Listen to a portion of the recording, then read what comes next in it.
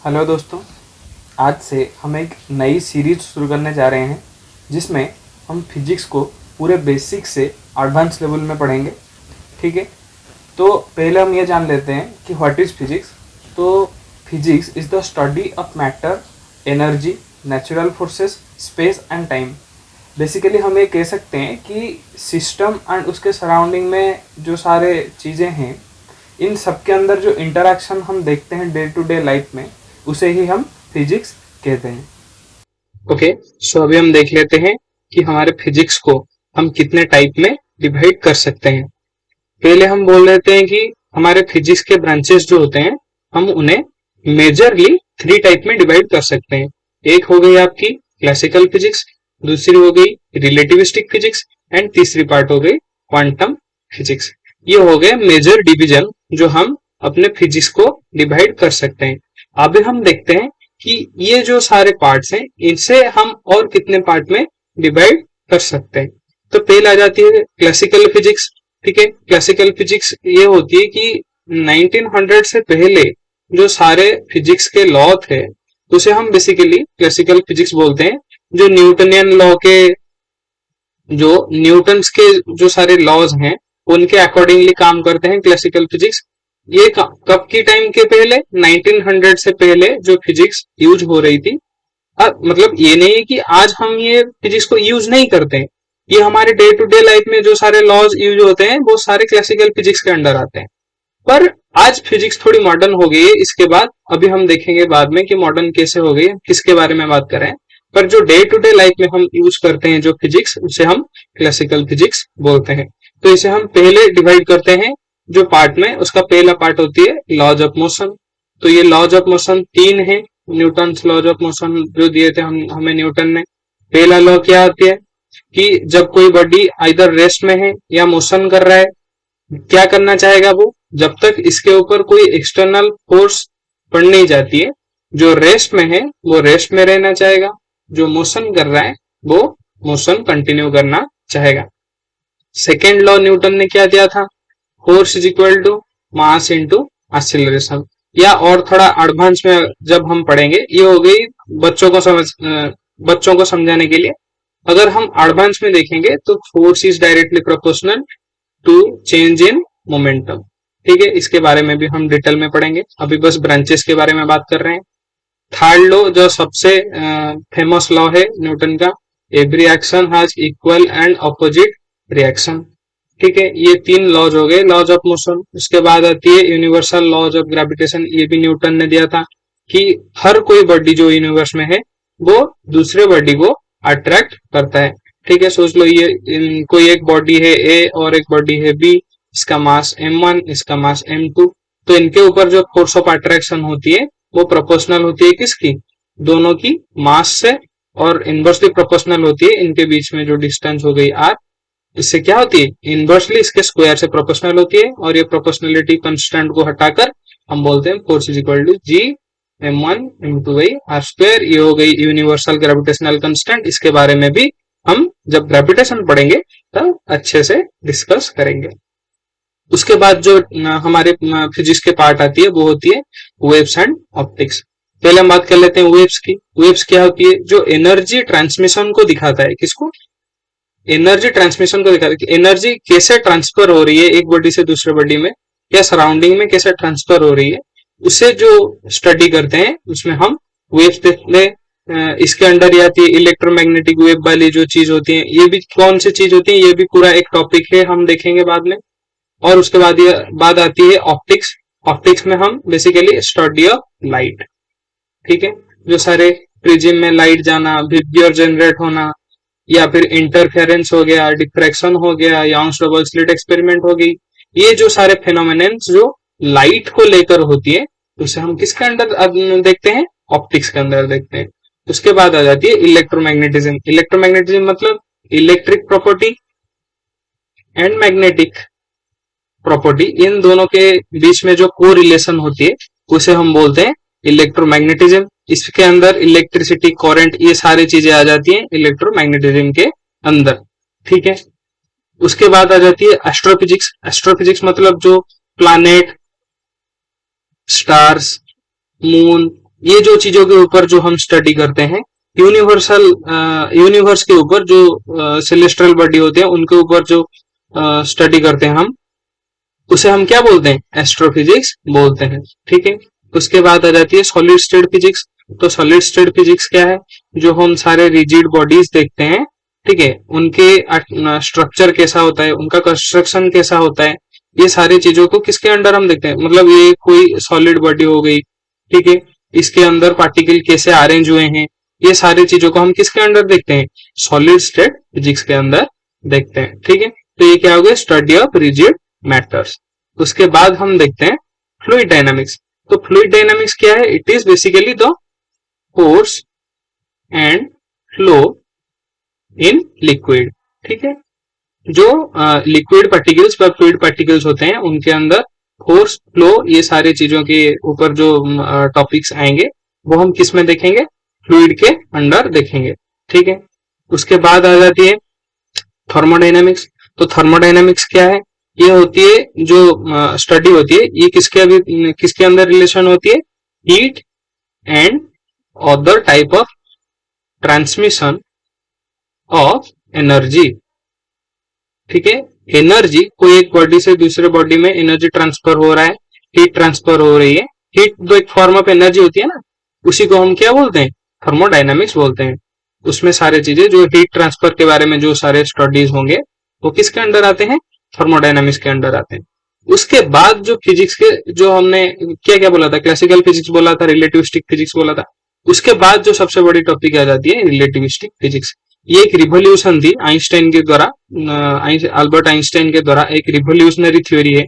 ठीक है, इसमें भी दो ब्रांचेस हैं, स्पेशल थ्योरी ऑफ रिलेटिविटी एक ब्रांच है, जनरल रिलेटिविटी ये भी एक ब्रांच है रिलेटिविस्टिक फिजिक्स में।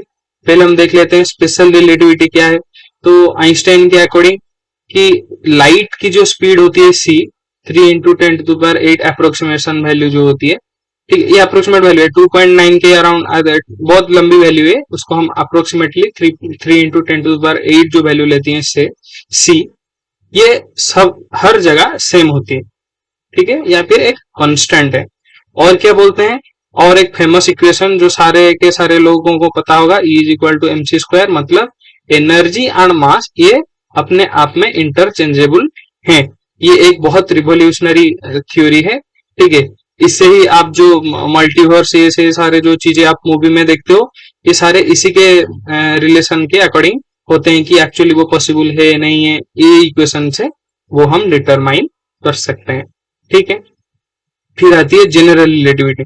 तो जनरल रिलेटिविटी बेसिकली एक बहुत मतलब मॉडर्न फिजिक्स में एक रिवोल्यूशन है, क्योंकि हमने जो न्यूटनियन ग्रेविटेशन देखा था वो हो गई क्लासिकल ग्रेविटेशन, पर आज की दुनिया में जो मॉडर्न ग्रेविटेशन है वो ये जनरल रिलेटिविटी के जो ग्रेविटेशन है, रिलेटिविस्टिक ग्रेविटेशन, अल्बर्ट आइंस्टाइन के द्वारा दिए हुई जो ग्रेविटेशन है, इसे हम मॉडर्न दुनिया में, फिजिक्स की दुनिया में ग्रेविटेशन उसे ही मानते हैं।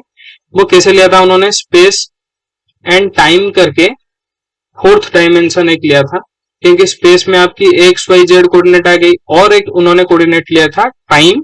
ठीक है, उसी के अकॉर्डिंग उन्होंने बोला था कि ये पूरा जो दुनिया है वो ये स्पेस टाइम दुनिया है, उसके अंदर ये सोच लो, हॉरिजॉन्टली देख लो ऐसे, ये हो गई जैसे हम कोऑर्डिनेट एक्सिस बोलते हैं, ये हो गई स्पेस टाइम की प्लेन। इसमें कोई ऑब्जेक्ट आप यहाँ पे रख लो, इसके अगर ऐसे हॉरिजॉन्टली हम देखें तो कोई ऑब्जेक्ट यहाँ पे है, तो ये जो स्पेस टाइम कर्व में जो डिस्टर्बेंस जनरेट करता है उसी के वजह से ग्रेविटी जनरेट होती है। ठीक है, इसके बारे में भी हम डिटेल में देखेंगे। ये हो गई जनरल रिलेटिविटी। उसके बाद जो मेजर टॉपिक हमने देखा था classical physics and relativistic physics के बाद, वो आ गई क्वांटम फिजिक्स। ठीक है, तो अभी तक जो हम देख रहे थे 1900 से पहले वाले देख रहे थे क्लासिकल फिजिक्स, 1900 के बाद ही relativistic physics and quantum physics आए हैं, तो इसे हम क्या बोलते हैं, मॉडर्न फिजिक्स। ठीक है, ये आज के दुनिया के जो सारे फिजिक्स के थ्योरी हैं, क्योंकि अब देखो जो हम सारे न्यूटन के लॉ देख रहे थे वो हमारे डेली बेसिस में जो हम सारे बॉडीज देखते हैं उनके ऊपर ही एप्लीकेबल हो रहे थे। जब हम इनके छोटे स्केल में गए, जब हम पार्टिकल के स्केल में गए, तब वो सारे लॉज इनवैलिड हो गए, तभी ये क्वांटम फिजिक्स की जनरेशन हुई है। ठीक है, इसके भी डिफरेंट डिफरेंट ब्रांचेस हैं। पहली ब्रांच है एटॉमिक फिजिक्स। एटॉमिक फिजिक्स क्या होती है? ये सारे एटॉमिक प्रॉपर्टीज के ऊपर बात करते हैं, characteristics of atom, structure of atom, structure of atoms, उसके कैरेक्टरिस्टिक्स, प्रोटॉन, न्यूट्रॉन, इलेक्ट्रॉन, ये जो एटॉमिक पार्टिकल हो गए इनके ऊपर जो डिस्कशन होती है वो आती है न्यूक्लियर फिजिक्स के अंदर। उसके बाद आती है सॉरी एटॉमिक फिजिक्स के अंदर, उसके बाद आती है न्यूक्लियर फिजिक्स। ठीक है, तो न्यूक्लियर फिजिक्स क्या होती है? न्यूक्लियर फिजिक्स होती है जो न्यूक्लियस पार्टिकल है उनमें, न्यूक्लियस मतलब प्रोटॉन, न्यूट्रॉन, इनके बीच में जो एनर्जी ट्रांसमिशन होती है, एनर्जी कैसे चेंज होती है इनके बीच में, प्रोटॉन न्यूट्रॉन के बीच में, बहुत ये भी एक बहुत वास्ट थ्योरी है, इसके बारे में भी हम डिटेल में देखेंगे।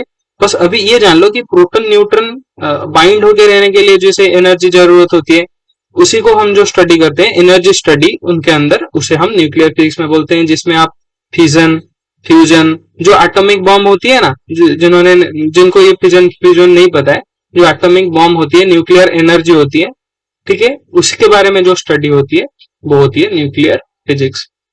उसके बाद आ जाते हैं पार्टिकल फिजिक्स में। तो पार्टिकल फिजिक्स क्या करती है? It's deal with the property, कौन से पार्टिकल प्रॉपर्टीज में? इंटरेक्शन विद सब एटॉमिक पार्टिकल्स। ठीक है, हमारे जो सब एटॉमिक पार्टिकल है इनके इंटरेक्शन में बारे में बताता है पार्टिकल फिजिक्स। इसका सबसे बड़ा जो देन है हमारा standard model of particle physics. ठीक है, ये एक बहुत बड़ा चीज है हमारे आज के मॉडर्न दुनिया में। ठीक है, स्टैंडर्ड मॉडल। उसके बाद आ जाते हैं कॉन्डेंस मैटर फिजिक्स पे। ये भी एक क्वांटम मैकेनिक्स या मॉडर्न फिजिक्स जो हम स्टडी करते हैं उसके अंडर आता है कॉन्डेंस मैटर फिजिक्स। तो कॉन्डेंस मैटर फिजिक्स क्या हो गई? जो सारे माइक्रोस्कोपिक एंड माइक्रोस्कोपिक बॉडी है इनमें जो सारे इलेक्ट्रोमैग्नेटिक फोर्स वाले जो चेंजेस हो गए, या इलास्टिसिटी वाले चेंजेस हो गए, थर्मोडाइनमिक्स वाले हीट उनमें जो चेंजेस हो गए, इनके ऊपर जो स्टडी होती है, ये सारे के सारे हो गए सॉलिड, लिक्विड, गैस, प्लाज्मा। आप जितने सारे स्टेट बोल सकते हो, इन सारे चीजों के ऊपर जो स्टडी आती है वो क्या होती है? Condense matter physics. उसके बाद आती है क्वांटम फील्ड थ्योरी, या बेसिकली जिसको हम क्वांटम मैकेनिक्स बोलते हैं। ठीक है, ये क्या करती है? मैथमेटिकल रिलेशन बिटवीन डिफरेंट सब एटॉमिक पार्टिकल। ठीक है, जैसे इसके हम जो मेन थ्योरी होती है वो पार्टिकल डुअलिटी हो गई, अनसर्टेनिटी प्रिंसिपल हो गए, और उसके बाद आ गई उसके बाद कॉरेस्पॉन्डेंस प्रिंसिपल आ गई, उसके बाद क्वांटाइजेशन ऑफ एनर्जी आ गई। ये जो सारे चीजें हैं, जो सारे लॉज हैं, इन्हें हम किसके अंडर पढ़ते हैं? क्वांटम फील्ड थ्योरी के अंडर ये सब देखते हैं। ठीक है, तो ये देखिए, ये है वो सारी चीजें जिसके ऊपर हमें बस बेसिक आइडियाज ही हैं। जैसे कि क्वांटम ग्रेविटी हो गई, लूप क्वांटम ग्रेविटी हो गई, स्ट्रिंग थ्योरी हो गई, डार्क मैटर, डार्क एनर्जी हो गई, बिग बैंग थ्योरी हो गई। ऐसे बहुत से थ्योरीज हैं जिसके बारे में हमें बस बेसिक आइडियाज ही पता है, इनके ऊपर कोई डिटेल नॉलेज अभी हमारे पास नहीं है। ठीक है, अभी हम बात कर लेते हैं एक बहुत बड़ी ब्रांच जिसको हम बोलते हैं फिलोसॉफी ऑफ फिजिक्स। ये बहुत से फिजिसिस्ट फिलोसॉफी को बहुत ज्यादा ही मानते हैं फिजिक्स की दुनिया में, क्योंकि अगर हम फिजिक्स को फिलोसॉफिकली नहीं सोचेंगे तो उसका कोई मतलब ही नहीं है। क्योंकि दुनिया का सबसे बड़ा जो चीज होती है व्हाई, अगर हम क्वेश्चन नहीं करेंगे तो हम उसके आंसर्स नहीं पा सकते। ठीक है, तो फिजिक्स की दुनिया में फिलोसॉफी एक बहुत डिफरेंट चीज होती है। जैसे कि यूनिवर्स कैसे काम करती है, यूनिवर्स में जो ऑब्जेक्ट मूव कर रहे हैं कैसे मूव कर रहे हैं, इनके बारे में हम इतने डिटेल में हर चीज के बारे में नहीं बोल सकते। ये जो चीजें होती है जिसको हम फिलोसॉफिकल आइडियाज में देखते हैं। और एक होती है नेचर ऑफ रियलिटी, एक्चुअली ये रियलिटी होती क्या है, हम जो चीजें देख रहे हैं क्या वो सच में है या ये बस भ्रम है, जिसको हम बोलते हैं सोगितो इर्गो सम बोल के एक चीज है कि I think therefore I am. ये भी एक बहुत बड़ी फिलोसॉफी होती है फिजिक्स के अंदर। बाकी हम देखते हैं कि ये जो लॉज हमने अभी देखे, ये सारे एक्चुअली क्या सही वे में काम करते हैं? इन्हीं वे में काम करना चाहिए क्या इनको? फिजिक्स ऐसे ही काम करता है क्या? तो ये हो गई फिलोसॉफिकल आइडिया, जिसके ये इसको भी आप एक ब्रांच ही समझ लो फिजिक्स के बारे में। ठीक है, तो अभी आप देखो डिटेल में हमने क्या classical physics, relativistic physics and quantum physics, इनको हमने देखा। क्लासिकल फिजिक्स में लॉज ऑफ मोशन देखा, लॉज ऑफ ग्रेविटी देखा, waves optics, electromagnetism, astrophysics, solid state physics, fluid dynamics, thermodynamics. उसके बाद रिलेटिविटी में हमने देखा स्पेशल रिलेटिविटी, जनरल रिलेटिविटी। उसके बाद हमने क्वांटम फिजिक्स में atomic physics, nuclear physics, particle physics, condense matter physics and quantum field theory, ये सारी चीजें हमने देखे। ठीक है, तो ये थी सारी ब्रांचेस फिजिक्स की। होप आप सबको पसंद आए होंगे। अभी जुड़े रहिए, हम इन सारी चीज़ों को पूरे बेसिक से एडवांस लेवल तक पढ़ेंगे। नेक्स्ट वीडियो में हम शुरू करेंगे फिजिक्स के फंडामेंटल चीज़ों से, उसके बाद धीरे धीरे एडवांस करके हम आगे बढ़ेंगे। ठीक है, तब तक के लिए जय हिंद।